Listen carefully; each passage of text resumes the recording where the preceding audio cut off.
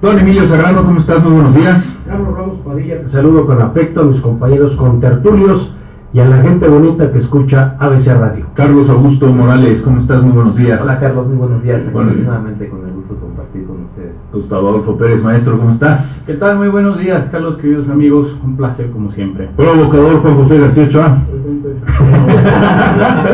Y de la mano. Así contundente, presente, se acabó. Tema. Juan José, venga. Ya que me Te provocaron.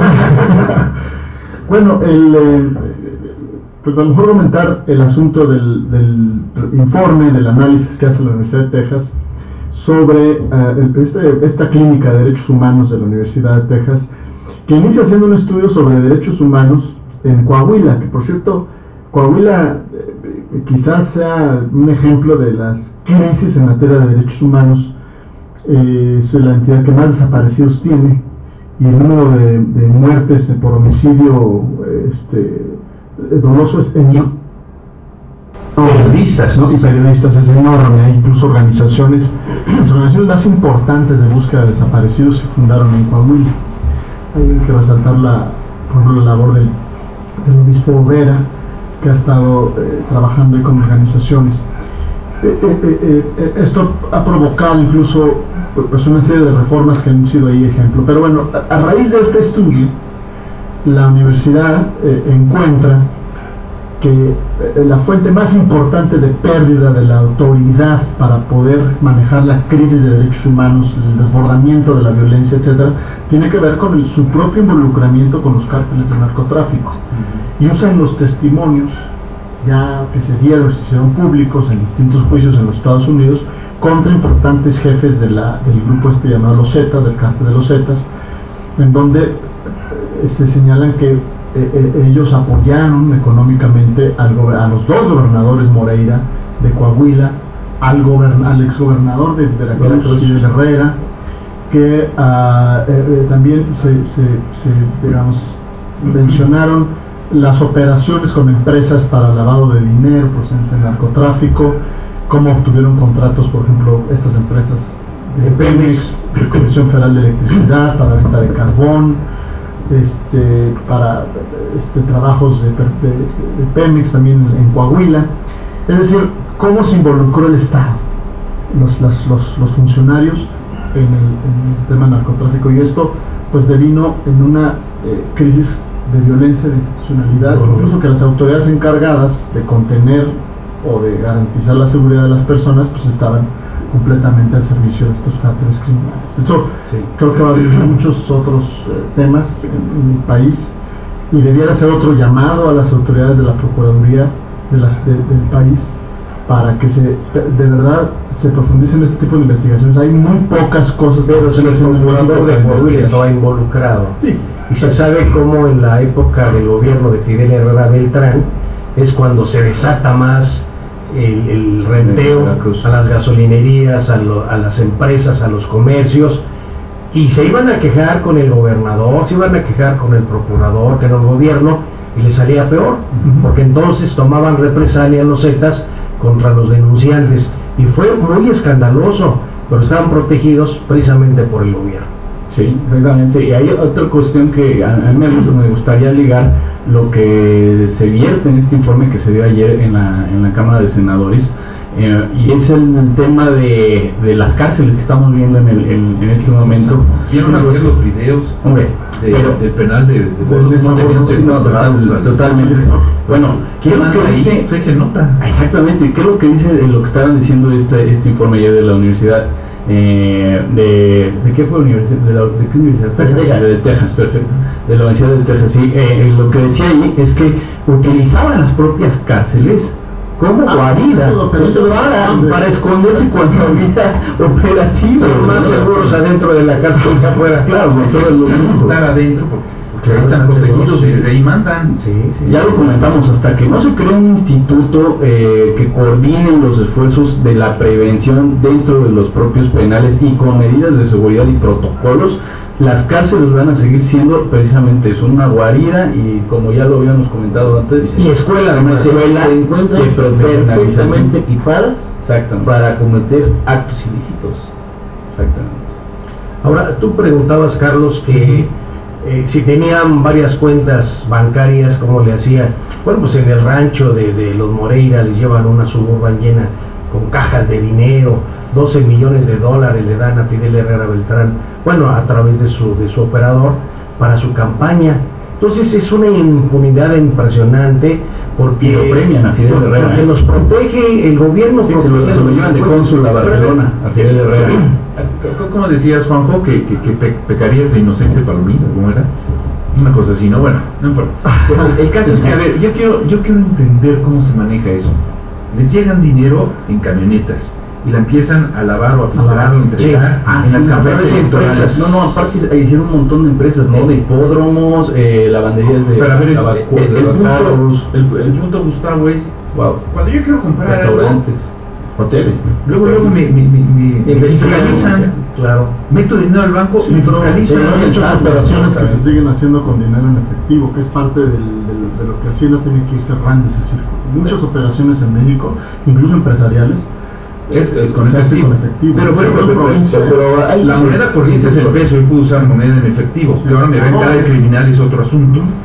Pero yo quiero entender cómo le hacen. Pero las Cualquier campañas, compra que hago, a mí me dicen con factura, sin factura, me piden RFC, y en cambio en las jornadas electorales, ¿cómo gastan? Y hasta cierto monto puedes pagar, Carlos, hasta cierto monto. Recuerda que se expidió una ley donde después de 10,000 pesos, 15,000 pesos, tenías que declarar. Sí, pero no te gastas $1,000,000 de 10,000 pesos en 10,000 pesos. Las propias campañas electorales son un ejemplo claro de que la aplicación de la ley en materia fiscal es totalmente discrecional. Sí.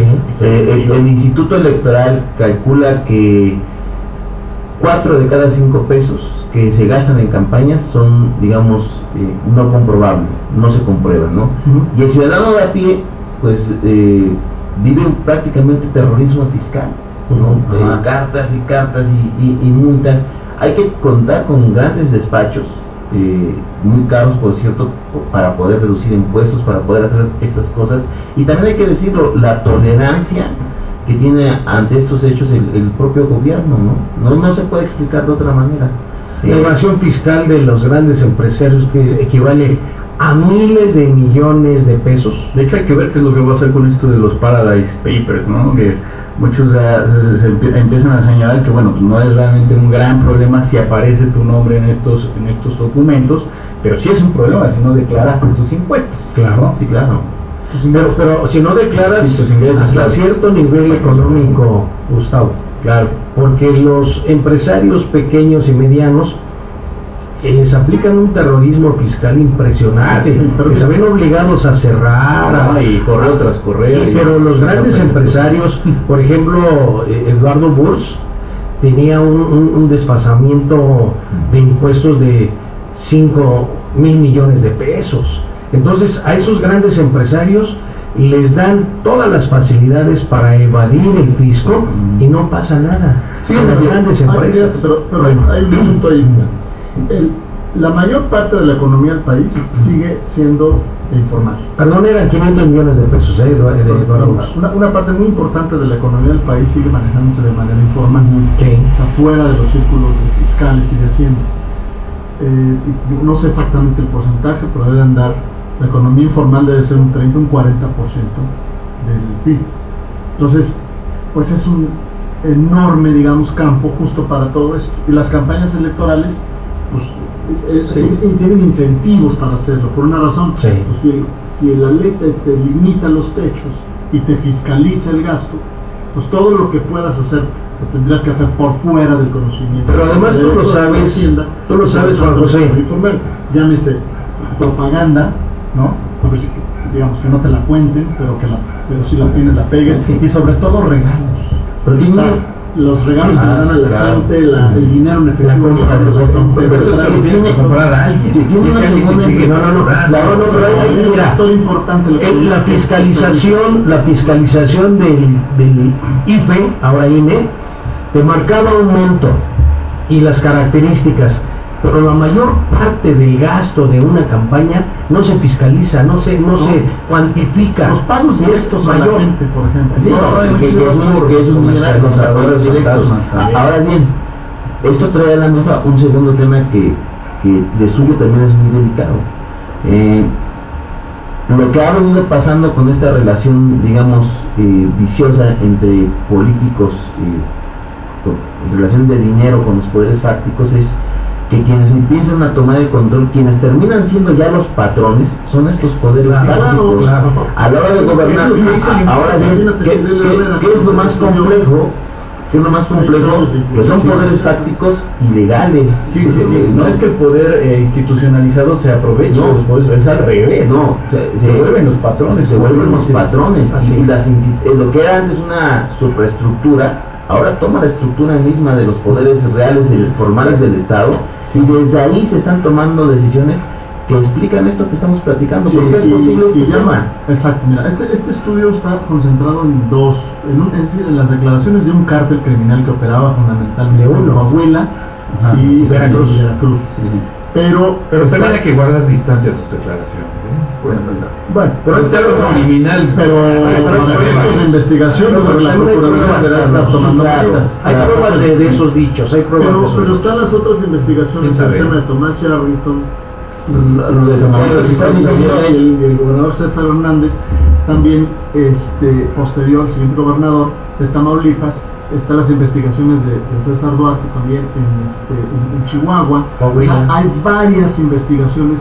Lo de ya empiezan a notar un patrón. Lo del Chueco, no son lo del Chueco.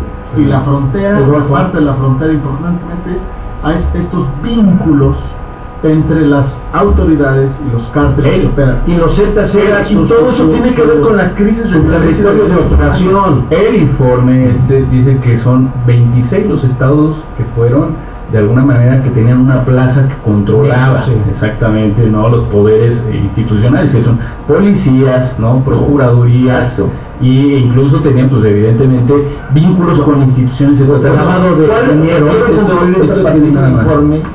Y esto es algo delicado, compañeros contertulios. Hay un grave problema que nosotros ya lo sabíamos. Ya se sabían estos nexos que tenían los hermanos Moreira. Ya se sabía que algo había mal con los de ya se sabía. Y saben una cosa, hoy se confirma. Y esto, señores, pero el gobierno federal no lo sabía. Esto no va a trascender. Todo lo que se vaya a decir no va a tener ninguna repercusión. Es que no hay mucho que buscar. O sea, antes buscabas a la ilegalidad.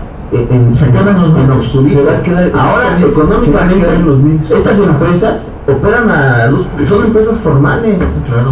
La seguridad de estos grupos delictivos son las secretarías de seguridad pública, porque en los municipios, en los estados, ponen funcionarios que se hacen cargo de sus equipos de seguridad. Bueno, lo que acabas de mencionar, Carlos, el centro de operaciones de estas grandes mafias son los penales. Entonces no hay nada que descubrir, los videos no hay nada que y muchos otros videos que han salido, no hay mucho que buscar. Y prácticamente todas las instituciones fueron corrompidas. La única que no se mencionó, por cierto, es la Marina, ¿no? Pero de ahí en fuera hasta los militares, no dicen que todos, hay que dejar eso en claro, pero dicen que sí hubo muchas personas de la milicia, que fueron corrompidas por esta fuerza. Y pues ya no se habla de los niveles estatales, que es donde evidentemente existió la mayor penetración de estos grupos. En alguna ocasión que haya tiempo, te voy a contar, a mí me tocó negociar aquí en la Ciudad de México por lo menos 3 o 4 motines con los amontonados. ¿Tú fuiste? Yo personalmente entré a eso y te puedo decir que, bueno, una cosa que se ve evidentemente que no existe es la autoridad moral de las autoridades. Aquí en la Ciudad de México, por lo menos en el periodo en que yo estuve como subsecretario encargado del sistema penitenciario, había autoridad moral. O sea, te hacían caso. Sabían que eras la autoridad, sabían que tú eras la autoridad con quien tenían que negociar. ¿Será que de la autoridad moral debe de haber autoridad legal, no? El problema es cuando decides entregar esa autoridad, cuando decides entregar esa autoridad, entonces ya hay se ponen por arriba de ti. No, y sobre todo si tienen razón en muchas de las cosas que le plantean, porque si te dicen, oye, es que golpearon a mi mamá, es que fíjate que me pidieron dinero, es que el custodio fulano me golpeó a tales compañeros. Es un negocio muy grande. Y es cierto.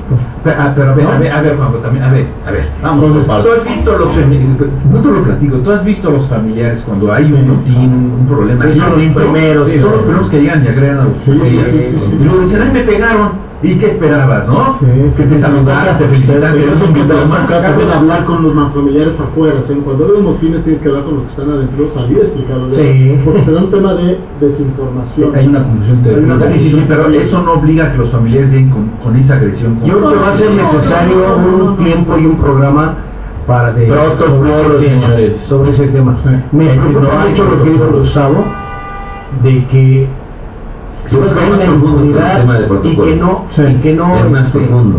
como que no va a haber solución. Sí puede haber solución, Gustavo. Mira, los medios de comunicación como lo dije hace un rato como broma, pero es verdad, medios de comunicación como que permiten que se hable con firmeza, fuerte y con la verdad.